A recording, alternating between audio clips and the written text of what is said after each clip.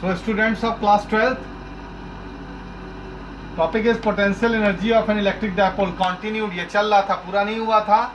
मैं electric dipole को याद कीजिए कहाँ से ला रहा था, इन्फिनिटी से ला रहा था एक इलेक्ट्रिक फील्ड में। फिगर आपको पिछले वाले टॉपिक में आपके सामने था, तो मैंने बताया था कि माइनस क्यू चार्ज पर ज़्यादा वर्क डन फील्ड के द्वारा किया जाएगा, फील्ड करेगी। So the net work done in bringing the dipole from infinity in the field क्या होगा, force on charge minus Q, ज़्यादा वर्क डन प्राप्त होगा इस पर, इंटू एडिशनल डिस्टेंस कितना माइनस क्यू मूव करेगा 12, तो क्यू इंटू 12 कितना होता है, पी डायपोल मोमेंट यानी minus P.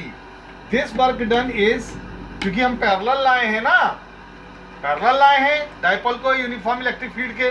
This work is the potential energy U naught, zero zero, angle कितना है zero, U naught of the electric dipole placed in the electric field parallel to it, तभी तो theta zero है। ये you not से represent किया है, तो यू नॉट ये क्या हो गया, पोटेंशियल एनर्जी इलेक्ट्रिक डायपोल की माइनस पी। ओके, अगर आप मान लीजिए मैं इसी डायपोल को थीटा एंगल से रोटेट कर देता हूं फील्ड में लाने के बाद, तो हमको क्या करना पड़ेगा, वर्क डन करना पड़ेगा। अभी पिछले टॉपिक में बताया था कि वो वर्क डन कितना होगा, W इक्वल टू, अगर लाने के बाद अब मैं इसको थीटा एंगल से रोटेट भी कर देता हूं, तो ये वर्क डन करना पड़ेगा P1 minus cos theta.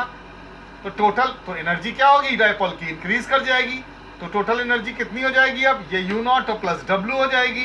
This will increase, अगर मैं रोटेट कर देता हूं तो वर्क डन किया तो एनर्जी इंक्रीज कर जाएगी ना सिस्टम डायपोल की। तो कितनी हो जाएगी, थीटा एंगल से रोटेट किया था तो U theta equal to U naught plus W, इतनी तो पहले से थी और ये इतनी और मिल गई, यानी U naught plus W. U naught की वैल्यू है माइनस पी और डब्ल्यू ये आ गया मेरा, खोल दिया इसको, ओपन किया, minus P plus P cancel out हो गया, तो U theta equal to minus P cos theta हो गया। वेक्टर फॉर्म में क्या हो जाएगा, U theta equal to minus P vector dot E vector. अब आइए पेज नंबर 2 पर।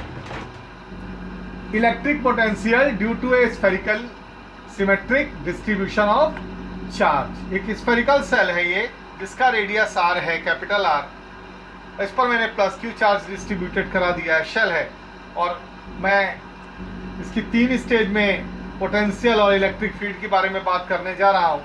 मान लीजिए P point outside the shell है, जहाँ स्मॉल आर जो है कैपिटल है, यानी ये आर, ये छोटा वाला आर इससे बड़ा है। ओके, तो एट एन एक्सटर्नल पॉइंट पे क्या होगा, हम जानते हैं according to Gauss theorem that the electric field at a distance R is greater than capital R from the centre of the shell क्या होता है, ई इक्वल टू 1/4 पाई, यानी इसके कारण ये चार्ज यहाँ पर कंसंट्रेटेड है तो इस पर फील्ड कितनी होगी, Q/r² हो जाएगी ये फील्ड। और अगर मान लीजिए V इज द पोटेंशियल, इस पॉइंट पर पोटेंशियल V है, तो आप पोटेंशियल ग्रेडियंट का फॉर्मूला कल मैंने पढ़ाया था, E equal to minus dV/dr होता है। इसको क्रॉस मल्टीप्लाई कीजिए तो dV equal to minus dr आ जाएगा।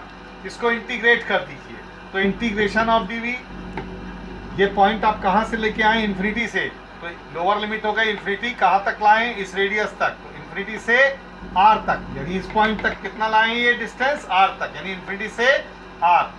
तो अभी की वैल्यू क्या है, ये है, ये उठा के मैंने सब्स्टिट्यूट कर दिया यहाँ पर।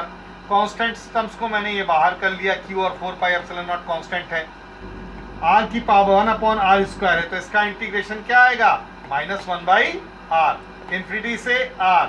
अभी अप्लाई किया upper limit minus lower limit, तो ये कैंसिल आउट, ये तो इन्फिनिटी से किसी चीज को डिवाइड करते हैं तो जीरो मिलता है। ओके, तो ये तो खत्म हो गया, ये माइनस माइनस प्लस हो जाएगा, तो आ जाएगा 1/4πε0 Q/r। ये आ गया पोटेंशियल एक एक्सटर्नल पॉइंट, यानी पी पॉइंट पर पोटेंशियल ये निकाल दिया मैंने। अब आइए केस नंबर 2, उसी के सरफेस पे निकालना है, तो फॉर्मूला तो मैं ड्राइव कर ही चुका हूँ पोटेंशियल का, तो स्मॉल आर की जगह कैपिटल आर प्लेस कर दीजिए, तो ये आ गया, क्लियर। अब मान लीजिए अंदर निकालना है उस स्फेरिकल सेल के अंदर एट एन इंटरनल पॉइंट, तो by the Gauss theorem the field at any point inside the charge shell क्या होता है, जीरो होता है, यानी E इक्वल टू जीरो।